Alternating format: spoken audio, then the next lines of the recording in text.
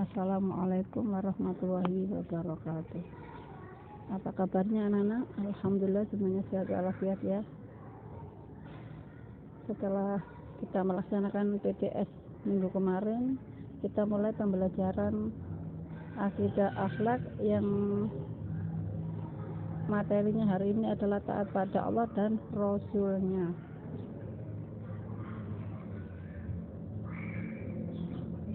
Sebelum pembelajaran dimulai, marilah kita membaca doa belajar. A'udzu billahi minasyaitonir rajim. Bismillahirrahmanirrahim. Raditu billahi rabba wa bil islami dina wa bi Muhammadin nabiyya wa rasula.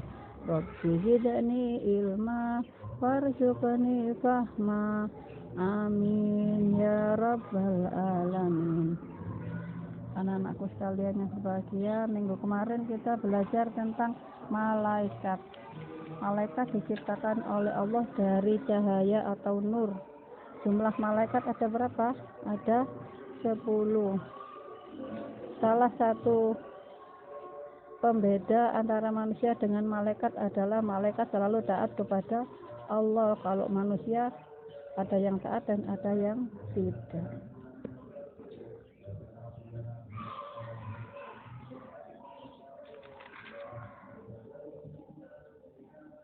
Marilah kita buka lagi ya di LKS anak-anak halaman 39, pengertian dari taat. Taat artinya tunduk, patuh, dan setia. Taat kepada Allah dan Rasulnya yaitu sikap tunduk, patuh, dan setia kepada Allah dan Rasulnya untuk melaksanakan segala perintah dan meninggalkan perkara yang dilarang. Taat kepada Allah dan Rasulnya dalam Islam hukumnya wajib. Kalau kita mengakui sebagai pelajar muslim dan sebagai orang beriman, maka harus taat kepada Allah dan Rasulnya dalam segala aktivitas. Sesuai pada firman Allah, Quran surat An-Nisa ayat 59 yang berbunyi, A'udzu billahi minasyaitonir rajim. Bismillahirrahmanirrahim. Ya ayyuhalladzina amanu atiiullaha wa atiiur rasul wa ulil amri minkum.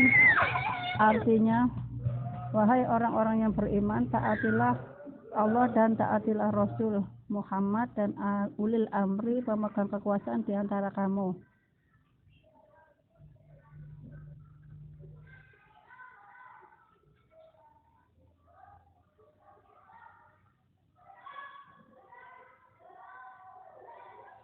Kita baca lagi ya.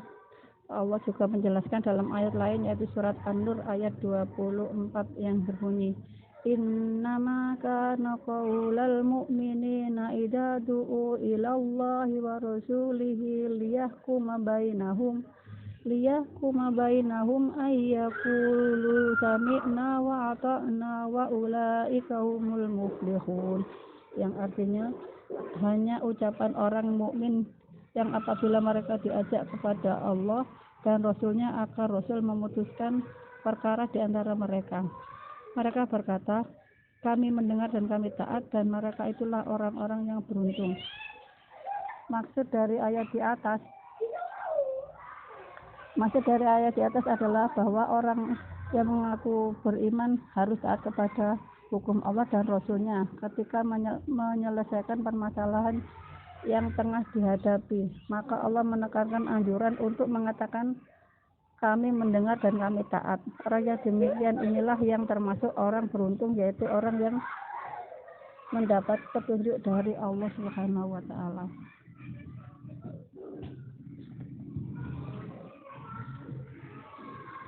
Nilai positif sifat taat kepada Allah dan Rasulnya. Yang pertama, mendapat ridho dari Allah sebagai imbalan telah mentaati perintahnya dan menjauhi larangannya.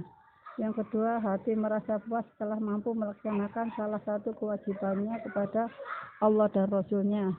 Yang ketiga, mendapatkan keberuntungan berupa kemenangan sesuai dengan firman Allah surat An-Nisa ayat 53.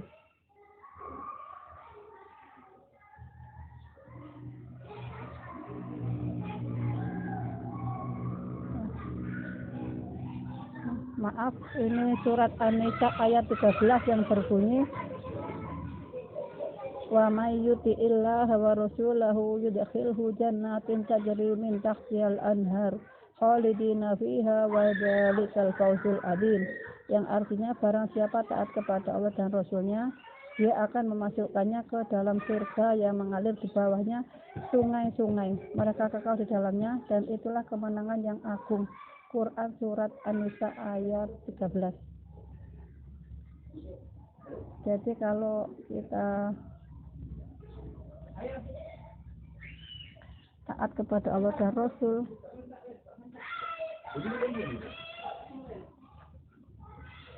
kita akan dimasukkan ke dalam surga yang mengalir di bawahnya. Surga itu mengalir sungai-sungai. Di dalam mereka, kita kalau di dalam surga berarti apa, merekanya kekal. Kita itu hidup di sana itu kekal dalam kemenangan yang agung.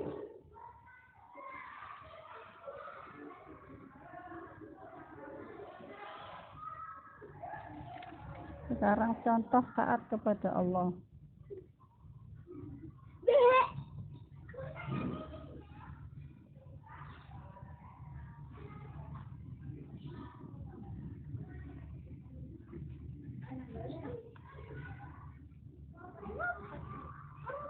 Contoh taat kepada Allah adalah yang pertama, selalu apa?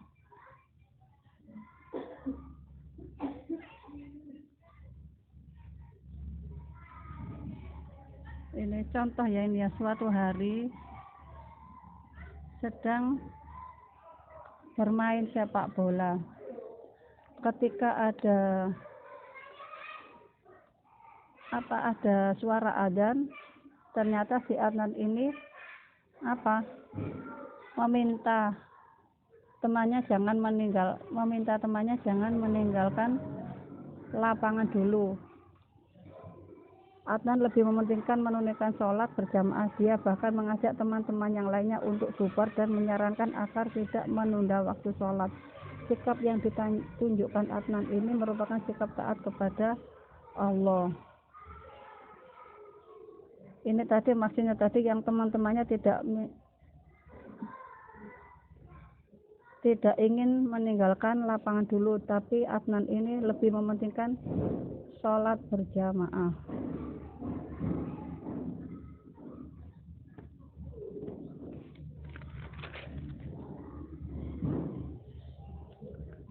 Selanjutnya, membiasakan diri taat kepada Allah dan Rasulnya. Yang pertama, berusaha melaksanakan sholat tepat pada waktunya dengan berjamaah. Yang kedua, mencoba disiplin dalam segala aktivitas, misalnya beribadah, belajar, mengerjakan tugas sekolah, dan sebagainya. Yang ketiga, senantiasa menjalankan perintah dan menjauhi larangan Allah. Yang keempat, senantiasa berusaha untuk berbuat baik kepada orang lain. Yang terakhir, senantiasa ikhlas, sabar, dan beribadah kepada Allah Subhanahu wa Ta'ala. Anak-anakku sekalian, makanya kita harus kita membiasakan taat kepada Allah dan Rasulnya dalam setiap detik, setiap waktu, ya. Jangan sampai kita lupa kepada Allah dan Rasulnya. Alhamdulillah, pembelajaran kita selesai. Marilah kita membaca hamdalah. Alhamdulillahirabbil alamin. Assalamualaikum warahmatullahi wabarakatuh.